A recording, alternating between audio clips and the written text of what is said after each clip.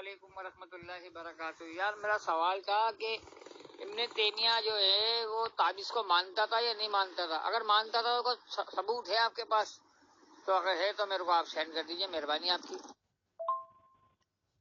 وعلیکم السلام ورحمۃ اللہ۔ جی میرے خیال میں آپ سے گفتگو ہو گئی ہماری ٹیلی فون کے اوپر، تو میں انشاءاللہ وہ ثبوت بھی بھجوا دوں گا آپ کو، اور ان کے اور جو قبر پرستی کے عقیدے ہیں وہ تو اس سے بھی بڑے ہیں، اور یہ مردوں کے سننے کا عقیدہ یہ شرک کی جڑ ہے۔ یاد رکھیے آج لوگ جتنے مزاروں پر جاتے ہیں اسی فلسفے کے تحت جاتے ہیں کہ بابا جی ہمیں دیکھ رہے ہیں، تو ہم نہیں دیکھ رہے ہیں تب کیا ہو، بابا جی تو دیکھ رہے ہیں، پھر بابا جی اوپر اللہ کو کہہ دو یا اللہ اس بابا جی کے صدقے۔ یار شرک کی ہر قسم ان کے اندر موجود ہے، اور قرآن اس شرک کی جڑ کاٹتا ہے۔ یاد رکھیے کہ یہ مردہ ہے، قیامت تک مردہ ہے، اس کے اندر زندگی کی رمق تک باقی نہیں ہے، روح واپس نہیں آ سکتی ہے، نہ آتی ہے یہ نہیں۔ باقی کوئی معجزہ ہو تو وہ تو ایک علیحدہ چیز ہوتی ہے، معجزہ تو عام روٹین نہیں ہوتا ہے، جس طرح موسیٰ علیہ السلام کے دور میں ایک مردہ زندہ ہوا، اس نے بات کی، یا عیسیٰ علیہ السلام کے دور میں کچھ مردے ہوئے جو زندہ ہوئے، تو وہ تو معجزہ ہوتا ہے۔ معجزہ تو روٹین سے ہٹ کے بلکہ قانون کے توڑنے کو معجزہ کہا جاتا ہے۔ قانون اللہ توڑ دیتا ہے، کیونکہ اللہ کسی قاعدے کلیہ کا پابند نہیں ہے، وہ مالک ہے، جو چاہے کرے۔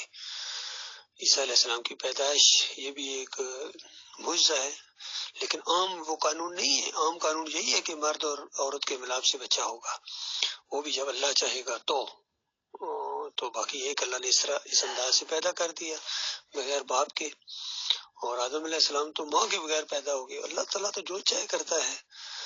تو باقی یہ جو قانون ہے دنیا میں، یہ انسان مرتا ہے، موت کہتے ہی روح کے نکلنے کو ہے۔ جب تک روح اندر ہوتی ہے، چاہے کتنا شدید زخمی کیوں نہ ہو، تو کہتے ہیں میں زخمی ہے، ابھی شہید نہیں ہوا ہے۔ جیسا روح نکلتی ہے تو کہتے شہید ہو گیا، تو اس شہید کی بھی روح نکلتی ہے، یاد رکھیے۔ اور قیامت سے پہلے اس دنیا میں کوئی شہید زندہ نہیں ہے، سب یعنی قیامت والے دن یہ جسم دوبارہ بنائے جائیں گے، پھر ان میں روح ڈالی جائے گی، انبیاء کے بھی۔ اور یہ جو کہتے ہیں انبیاء احیاء فی القبور یصلون، بالکل بے ایمان جھوٹی روایت ہے۔ قبر پرستی کی بنیاد فراہم کرنے کے لیے روح واپس ڈالی انہوں نے، پہلے جسم کو سلامت کیا، وہ بھی منکر روایت ہے، یاد رکھیے احمد بن حنبل کی، کہ انبیاء کے جسموں کو مٹی نہیں کھاتی۔ امام بخاری نے اس کو منکر روایت کہا ہے، امام زابی نے بھی، اور کتنے دوسرے علماء نے بھی، لیکن چونکہ ان دوسرے قبر پرستوں کا زور تھا، یہ اسی کو لے کے آگے بڑھے ہیں۔ تو یہ عقائد بھی ذرا دیکھ لیجیے سب کے، حالانکہ ابن تیمیہ نے بہت مخالفت کی ان صوفیوں کی، تصوف کی، بہت زیادہ ان کے خلاف تھے، اور وسیلے کے بھی خلاف تھے ابن تیمیہ، وسیلے کے ساتھ پکارنے کے، لیکن روح واپس آ جاتی، اس شرک میں پھنس گئے۔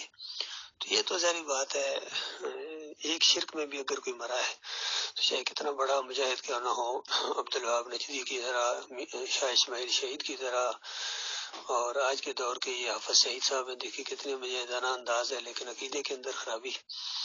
پھر یہ جمہوریت کا شرک بھی ان کے اندر ہے۔ خادم حسین رضوی دیکھیے کتنے بڑے اسکالر تھے، لیکن کس طرح شرک کے اندر مرے۔ اسی طرح مودودی صاحب، اور یہ ڈاکٹر اسرار، انقلابی انداز تھا لیکن عقیدے کی خرابی سے نہیں بچ سکے۔ تو یہ اصل چیز یہ ہے میرے پیارے بھائی، میں انشاءاللہ بھیجوں گا آپ کو، ثبوت بھیج دوں گا آپ کو۔